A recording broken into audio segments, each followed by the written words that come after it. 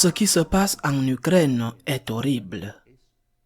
Que tout ce qu'on nous dit soit vrai ou non, ce qui est sûr, c'est qu'il y a des milliers de morts. On ne sait pas encore combien.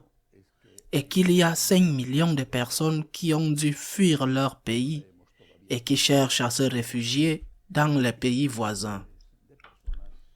L'humanité est effrayée par cette tragédie dont nous pensions naïvement qu'elles ne pouvaient plus se produire au XXIe siècle, parce qu'elles appartenaient au passé. Cependant, nous voyons comment ces catastrophes se répètent et sont encore pires que les précédentes. Mais que dirions-nous si au lieu de ces milliers de morts non quantifiés et de ces 5 millions de réfugiés, que dirions-nous si nous savions qu'il y a 70 millions de morts? Ce serait encore plus choquant. Nous serions encore plus effrayés. Parce que c'est ce chiffre, 70 millions, ceux qui meurent chaque année à cause de l'avortement. 70 millions par an, c'est terrible. Et que dirions-nous si on utilisait les cadavres de ceux qui sont morts à cause des bombes ou du gaz ou autres en Ukraine?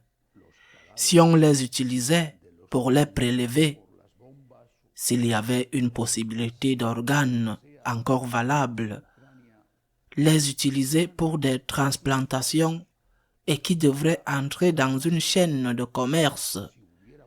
Ces organes qui servent pour que les riches puissent les acheter et améliorer leur qualité de vie.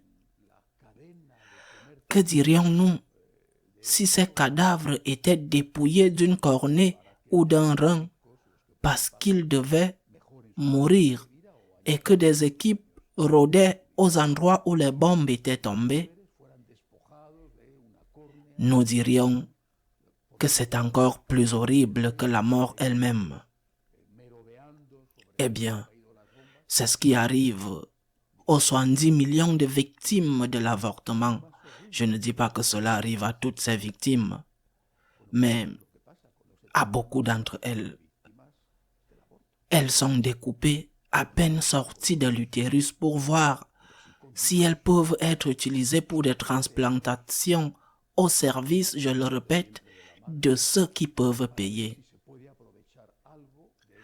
Parfois, nous recevons des nouvelles de Chine disant que dans les prisons chinoises, je ne sais pas quel genre de prisonniers, mais certains d'entre eux sont exécutés pour obtenir ces organes et les mettre en vente sur le marché mondial des transplantations.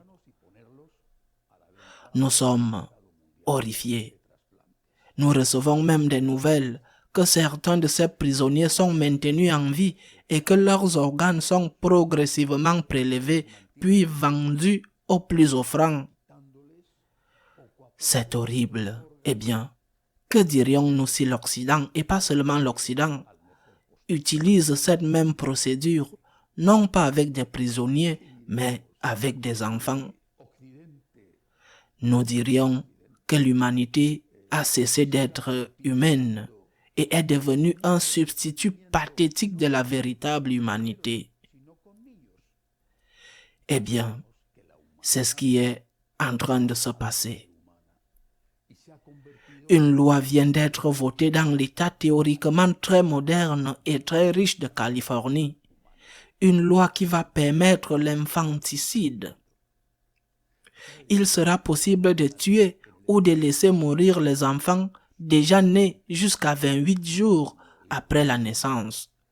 Naturellement, les multinationales de l'avortement ont exulté de joie. Plus il y a de possibilités de faire des affaires en découpant ces bébés qui sont déjà nés 20, 25 à 28 jours après la naissance, plus il y a de possibilités d'offrir au marché des transplantations des organes utiles et valables. Nous pouvons arriver au point, et je pense qu'il ne faudra pas longtemps avant qu'il y ait un marché pour les utérus de substitution.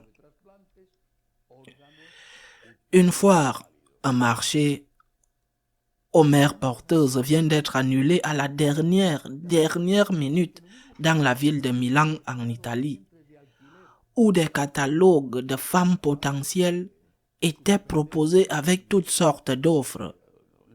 Veux-tu du sperme? Veux-tu des ovules? Des enfants blonds? Des enfants aux yeux bleus? Aux cheveux noirs? Ou veux-tu les deux? Je t'offre tout cela. Et la publicité disait aussi que si tu n'aimes pas le produit final, c'est-à-dire le nouveau-né, ne t'inquiète pas, il sera jeté. C'est-à-dire que le nouveau-né sera découpé en morceaux pour le marché des organes. Et bien maintenant, il y aura bientôt un marché de grossesse, non pas pour mettre ces enfants en adoption, mais pour qu'ils naissent, soient abattus après leur mort et vendus en morceaux à ceux qui peuvent les acheter. On ne va plus tarder longtemps avant que nous ayons une ferme de femmes qui tombent enceintes, non pas pour mettre leurs enfants en adoption, mais pour être abattus et vendus en morceaux. L'infanticide est légalisé en Californie. Il ne faudra pas longtemps avant que d'autres États des États-Unis, pas tous, mais d'autres encore, suivent l'exemple. C'est épouvantable. Cette humanité a cessé d'être humaine. C'est la pire chose qui puisse arriver à des êtres humains.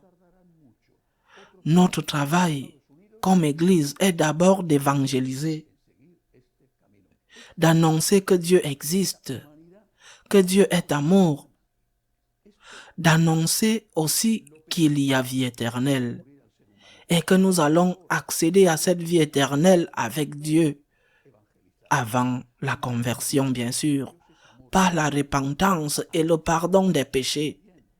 Tout cela est indissolublement lié à la célébration des sacrements. C'est notre première mission. Notre première mission n'est pas la défense de la vie des enfants à naître ou la lutte contre l'euthanasie ou la défense des droits sociaux, des salaires décents ou la défense des réfugiés. Notre première mission est d'évangéliser. Mais comment allons-nous évangéliser si aucun enfant ne naît? Qui allons-nous évangéliser? C'est-à-dire que l'évangélisation qui est notre première mission va de pair avec la défense de la famille, la défense de la vie, des enfants à naître, la lutte contre l'euthanasie, la lutte contre l'idéologie du genre qui est mortelle et extrêmement nuisible pour l'individu et pour la société, et aussi bien sûr la défense des droits de ceux qui sont déjà en vie.